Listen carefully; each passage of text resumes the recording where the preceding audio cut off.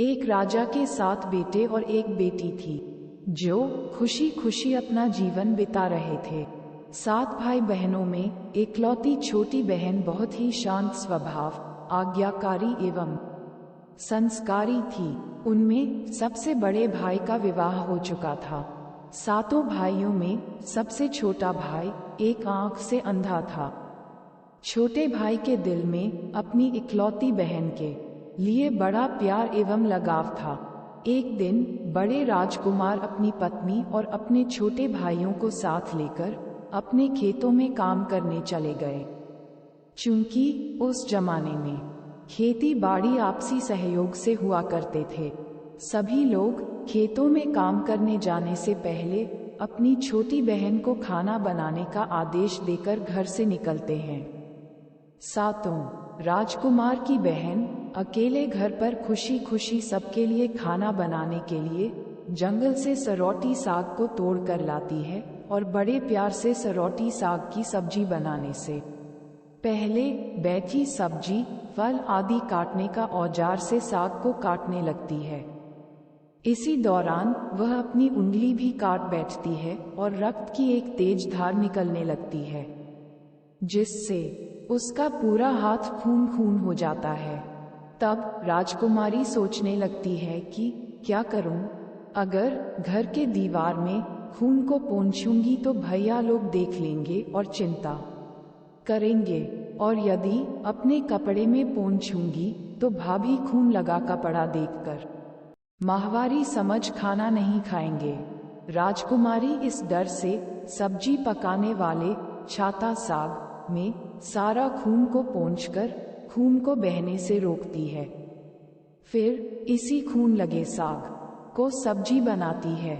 जब उसके सारे भाई और भाभी अपने खेतों से लौटते हैं तो छोटी बहन हमेशा की तरह सभी के लिए साफ थाली में खाना और मिट्टी के लोटे में पीने के लिए पानी देती है, और सभी एक साथ खाना खाते हैं और पके हुए साग को खाकर खाने की जमकर तारीफ करते हैं। और वे सब अपनी बहन से पूछते हैं कि बहन, तुम्हारे द्वारा बनाया हुआ ये साग बहुत बार खाए हैं, परंतु आज की बनी सब्जी का स्वाद बहुत ही अद्भुत लगा। बताओ ना, कैसे और क्या क्या मिलाकर इतना स्वादिष्ट सब्जी बनाई हो। पहले तो राजकुमारी डर से सहम गई कि कहीं भाइयों को पता न चल जाए कि मेरे हाथ की उंगली कट गई है। फिर वह थोड़ा सोचकर बोलती है कि कुछ नहीं भैया, जैसा हमेशा की तरह सब्जी पकाती हूँ वैसे ही तो बनाई हूँ। राजकुमारी अगले दिन 7 भाइयों के अनुरोध पर फिर से एक बार वही छाता साग की सब्जी बनाती है, परंतु भाइयों को पिछले दिन के जैसा स्वाद नहीं मिलता। फिर ऐसा ही अनुरोध 3-4 बार हुआ, लेकिन खून लगे साग का स्वाद उनके मन मस्तिष्क से उतर ही नहीं रहा था। असलियत जानने की जिज्ञासावश 7 भाई और भाभी ने उससे उस दिन के खाना बनाने का तरीका जानने का जिद करने लगे। मजबूरन राजकुमारी को सारी घटना बतानी पड़ी। सच्चाई मालूम होने पर 5वां भाई, जो बहुत ही लालची किस्म का था, उसने बाकी भाइयों से कहा कि बहन का खून इतना स्वादिष्ट लगा तो इसका मांस कितना स्वादिष्ट होगा। ये बोलकर सभी भाइयों के बीच चर्चा करने लगता है। सबसे छोटे भाई को छोड़कर बाकी भाइयों ने राजकुमारी को मारकर उसका मांस खाने को राजी हो गए थे। मांस खाने की सोचकर उन सभी के मुंह से लार टपकने लगता है। भाइयों के मन में स्वादिष्ट खाना खाने के लिए वे कितना लालची बन गए, इसका आभास राजकुमारी को हो गया कि किस प्रकार उसके भाई उनकी मांस खाने की लालसा रखते हैं। एक दिन 7 भाई शिकार खेलने के बहाने राजकुमारी को लेकर घने जंगल में लेकर जाते हैं, जहां पूर्व से निर्मित 4 केंद्र के वृक्षों पर बने मचान के नीचे पहुंचते हैं, जिस पर अपनी बहन को ये झूठ बोलकर चढ़ने के लिए बोलते हैं कि इस मचान पर जंगली जानवर तुम पर हमला नहीं कर सकेंगे। इस प्रकार सातों भाई अपनी बहन को मचान पर बैठाकर अपना अपना धनुष लेकर शिकार करने का ढोंग करके चले जाते हैं। तब राजकुमारी को पूरा आभास हो चुका था कि आज उसका आखिरी दिन है, लेकिन वह चाहती थी कि उनके भाइयों की इच्छा पूर्ण हो, इसलिए भी वह मचान में जाकर बैठ जाती है। फिर सभी भाई केंद्र के वृक्ष पर बने मचान से कुछ दूरी पर स्थित टोंगरी पर अपने अपने धनुष बाण के साथ पहुंचते हैं और एक चट्टान पर बारी बारी से अपने बाणों को तेज धार प्रदान करते हैं। टोंगरी के ऊपर सबसे पहले बड़ा भाई अपने तीर को चट्टान में धार करता है और अपनी बहन पर धनुष से निशाना लगाकर तीर छोड़ता है। तभी राजकुमारी पूरी बातों को समझ जाती है कि भाइयों का क्या इरादा है और अपनी मातृभाषा में गीत को गाने लगती है।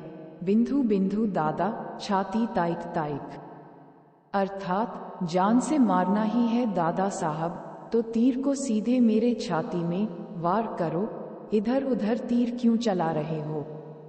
फिर सभी भाई बारी बारी से अपने तीर के धार को तेज करते हैं और राजकुमारी पर निशाना लगाकर तीरों को छोड़ते हैं।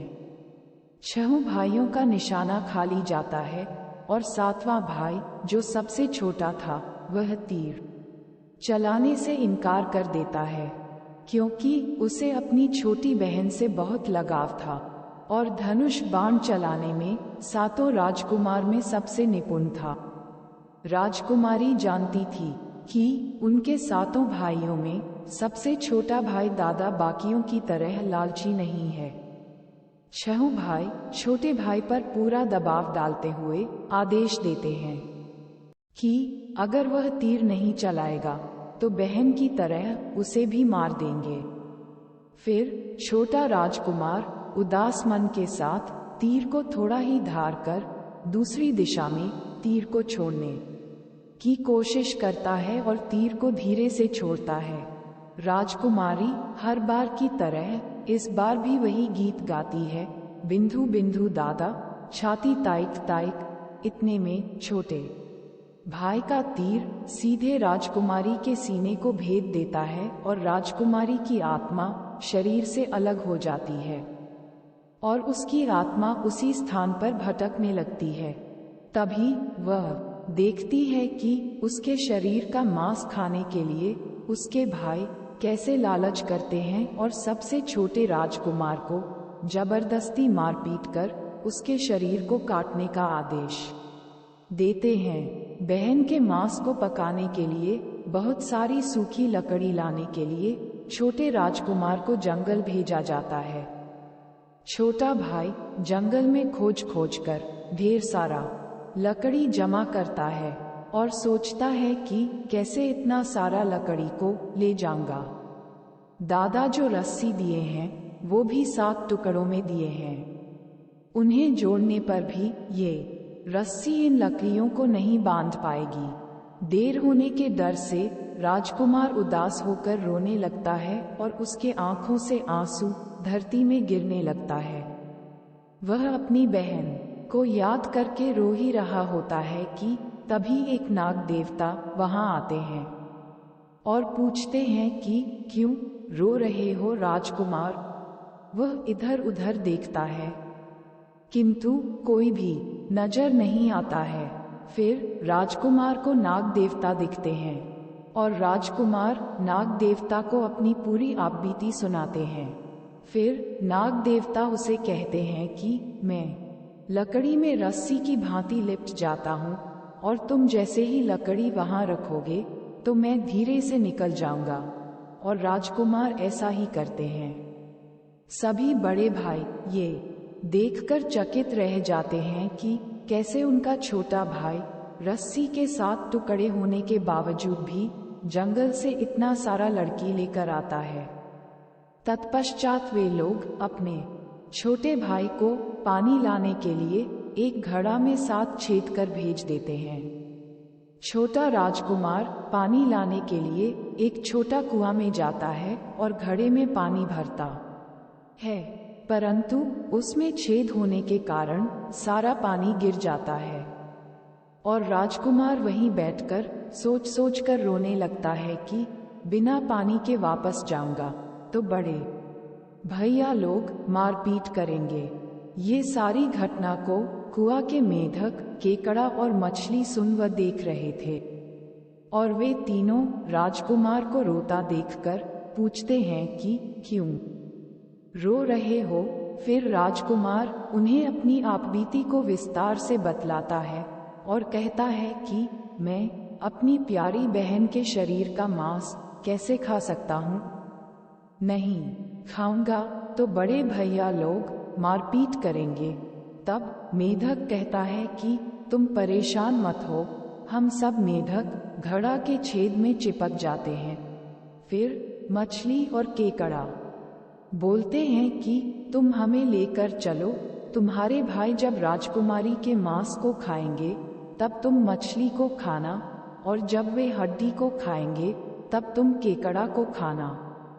बड़े भाइयों को शक नहीं होगा। फिर राजकुमार ने बिल्कुल वैसा ही किया जैसे केकड़े और मछली ने कहा था। रात को जब राजकुमारी का पका हुआ मांस खाने को परोसा गया तब बड़े भाइयों से छुपाकर वह मांस को दीमक के टिल्हे में डाल देता है और समय बीतने पर वहां बांस का एक बड़ा झुंड उगता है।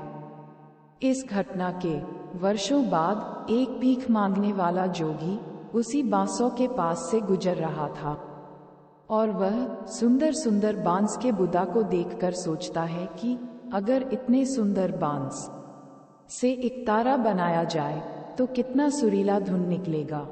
उसी क्षण बांस से आवाज आती है, ना काट काट रे जोगी, ई तो लागे भैया रोपल बांस। जोगी फिर भी बांस को काटता है। जोगी इसी उद्देश्य से एक मोटा बांस का टुकड़ा काट कर ले जाता है कि इस बांस की आवाज इतनी सुंदर है, यदि एक तारा बनाएंगे तो कितनी मधुर आवाज निकलेगी। और जोगी इस बांस से एक सुंदर एकतारा का निर्माण करता है। इस एकतारा से इतनी मधुर धुन निकलती है कि जोगी जहां जहां भी इसे बजाता है, इसके धुन से लोग मंत्रमुग्ध हो जाते थे। एक दिन जोगी घूमते घूमते बड़े राजकुमार के घर पहुंचता है और अधिक धन के लालच में जोगी जोर जोर से एकतारा बजाना शुरू करता है, परंतु इस बार एकतारा की मीठी सुरीली धुन कर्कश हो जाती है और जब भी जोगी कुछ नया धुन बजाने की कोशिश करता है, बार बार एक ही धुन निकलती है, ना बाज रे एकतारा, ई तो लगो मोर दुश्मन का घर है। बार बार यही धुन निकलने पर बड़ा राजकुमार मारपीट कर जोगी को अपने घर से भगा देता है। ऐसे ही घूमते घूमते जोगी हर भाई के घर जाता है, लेकिन हर बार की भांति वही धुन, ना बाज रे एकतारा, ई तो लगो मोर दुश्मन का घर है, बजाता है। यह धुन सुन सारे भाई जोगी को डांट डपट कर भगा देते हैं। सबसे अंत में जोगी छोटे राजकुमार के घर पहुंचता है। छोटे भाई के घर के आंगन में प्रवेश करते ही एकतारा खुद ही बजने लगता है, जोर जोर से बाज रे एकतारा, ई तो लगो मोर छोट भैया का घर है। बड़ा ही मधुर मीठे स्वर की धुन सुनकर छोटा राजकुमार चंद्राकर मोहित हो जाता है और यह धुन सुनकर छोटे राजकुमार से रहा नहीं गया और जोगी से एकतारा की मुंह मांगी सोने की मोहरें देकर उसे खरीद लेता है तथा जोगी को अच्छे से मेहमान नवाजी कर अच्छे से विदा कर दिया जाता है। धीरे धीरे समय बीतता है और छोटे राजकुमार अपने काम से कुछ दिनों के लिए बाहर जाते हैं। जब वह वापस लौटता है तो देखता है कि उसका कमरा बहुत सुंदर ढंग से सजा हुआ है और घर के सारे बर्तन अच्छे तरीके से रखे हुए हैं।